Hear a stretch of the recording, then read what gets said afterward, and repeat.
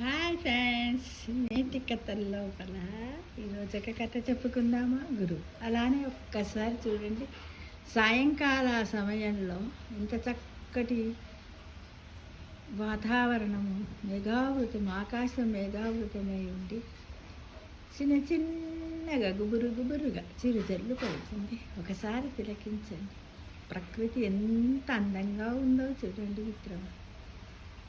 ప్రశాంతంగా, అందంగా, ఆహ్లాదంగా అనిపిస్తుంది కదా.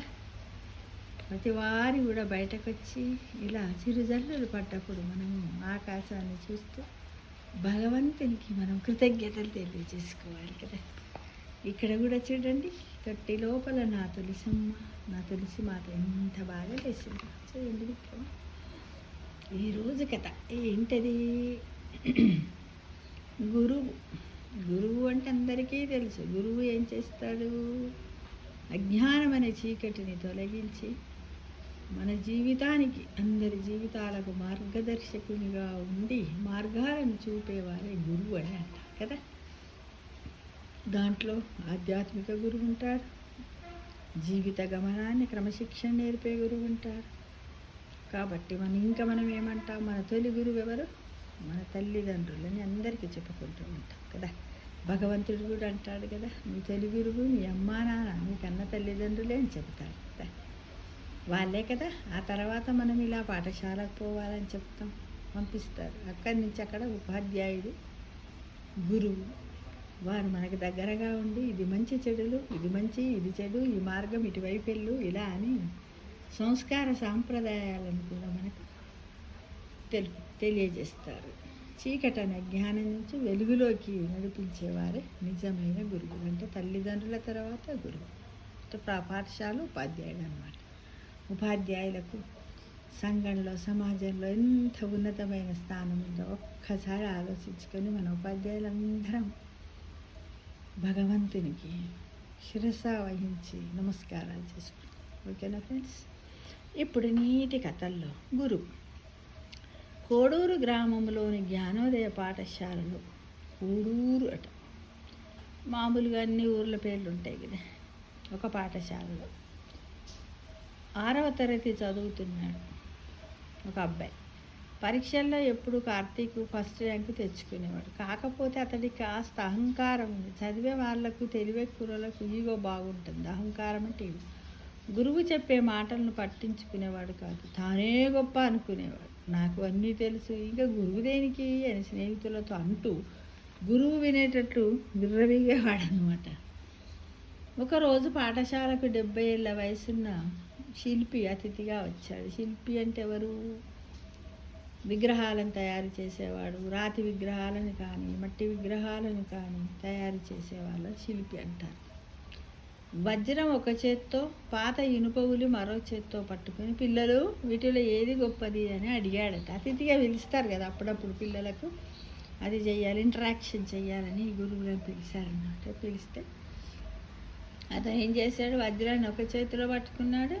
ఉలి అంటే చెక్కేది ఉంటుంది కదా, రాతిని చెక్కేది కానీ, ఇప్పుడు కర్రలను చెక్కేది కానీ, ఇంకా మట్టిని చెక్కేది, దాన్ని ఉలి అంటారు అనమాట. చేతిలో పట్టుకొని, పిల్లలు వీటిలో ఏది గొప్పది అని అడిగాడంట.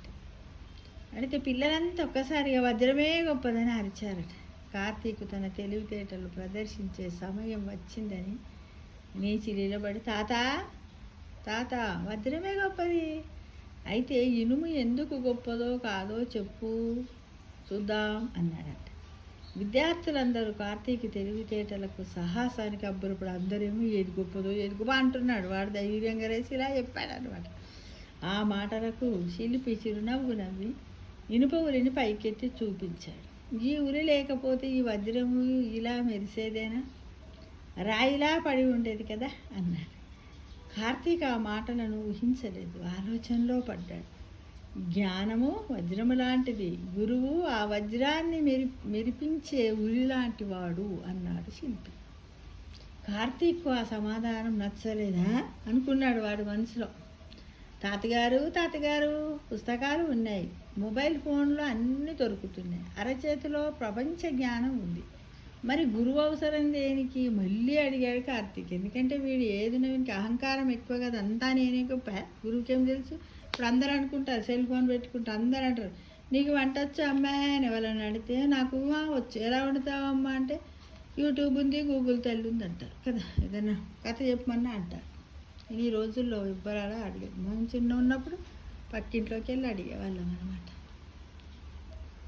శిల్పి తన సంచిలో నుంచి ఒక మామిడి విత్తనాన్ని బయటకు తీశాడు. కార్తీక్, ఈ చిన్న విత్తనములో ఏముందో తెలుసా అని అడిగాడు. విత్తనమే కదా తాతగారు అన్నాడు కార్తీక్ అయోమయ.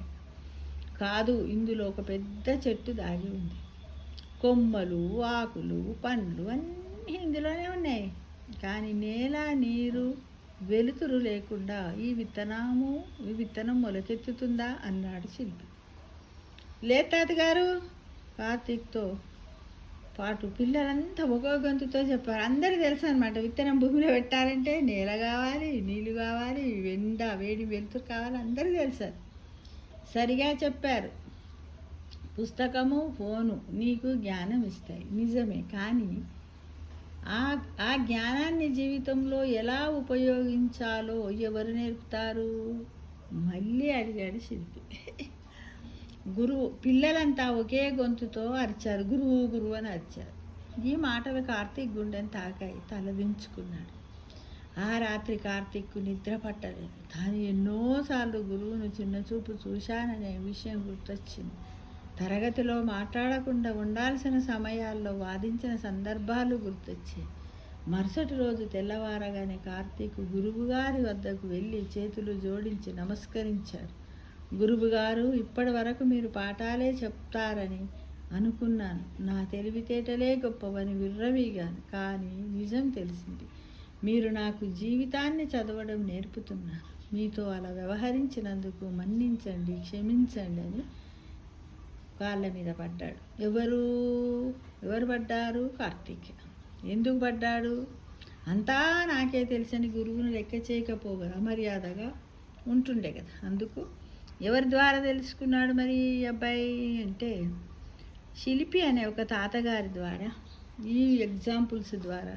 ఏవేవి ఎగ్జాంపుల్స్? వజ్రము, గూలి, ఇంకేంటిది, మామిడి విత్తనం ద్వారా ఇది తెలుసుకున్నాడు. గురువుగారు చిరునవ్వుతో అతని భుజంపై చెయ్యి వేసి, కార్తీక్ వద్దు నాన్న, ఎందుకు బాధపడుతున్నావు?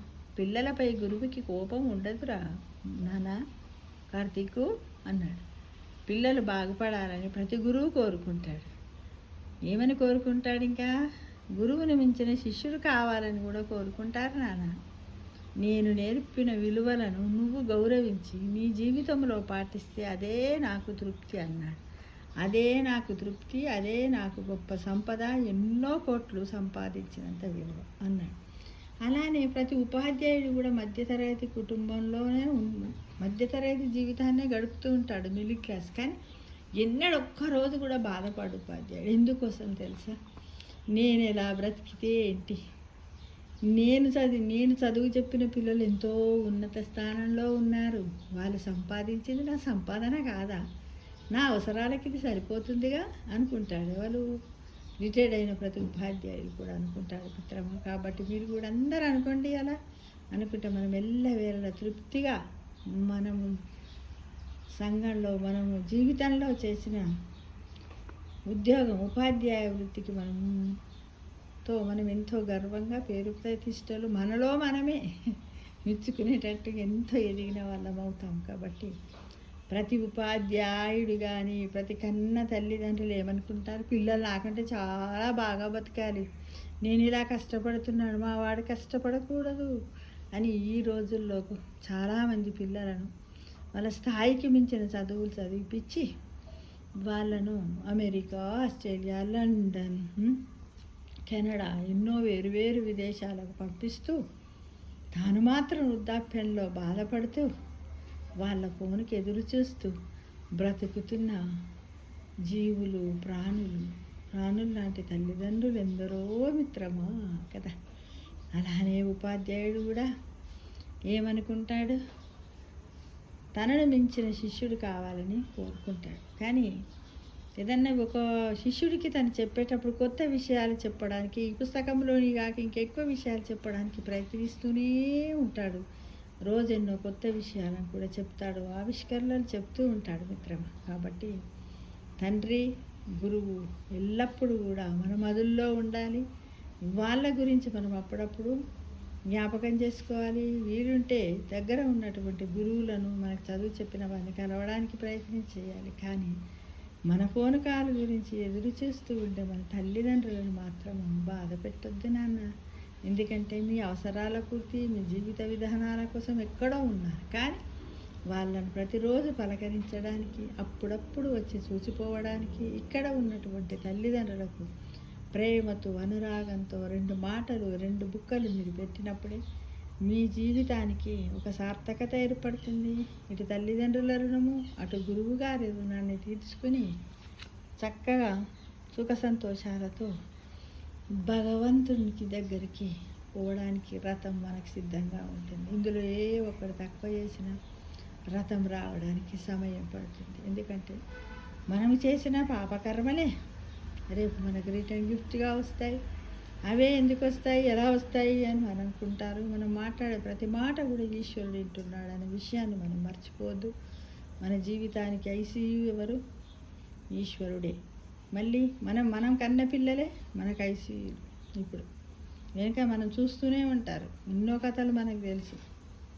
వాళ్ళ తాతకు చిప్పలో అన్నం పెడితే తాత చనిపోయిన తర్వాత ఆ చిప్పను దాచిపెట్టుకొని పక్కకు పెట్టేసి, ఎందుకు అట్ట నువ్వు రేపు ముసలాడు వెనకనే ఇందులో వెయ్యాలి కదా నాన్న, అప్పటికి చిప్ప దొరకకపోతే ఎలా అన్న. ఇలా ఎన్నో ఎగ్జాంపుల్స్ మనకు చాలా ఉన్నాయి మిత్రమా. కాబట్టి ప్రతి తల్లిదండ్రులను చాలా ప్రేమగా, మర్యాదగా గౌరవించాలని, అప్పుడే భగవంతుడు మనల్ని మెచ్చి ఎల్లవేళ ఆయురారోగ్యాలు, అష్టైశ్వర్యాలు కూడా మనకిస్తాడన్న విషయాన్ని గ్రహించి మన మనస్సును ఎప్పుడు ఈ ఆకాశంలో మేఘాలు ఏ విధంగా అయితే ప్రశాంతంగా చిరుగాలులతో ఈ ఆకాశం అక్కడ కనపడుతున్న పచ్చని చెట్లు ఎలా ఉన్నాయో మనం అందరం కూడా అలా జీవించడానికి ముందుండాలని ప్రతి ఒక్కరిని ఆశిస్తున్నాను మిత్రమా. Thank you.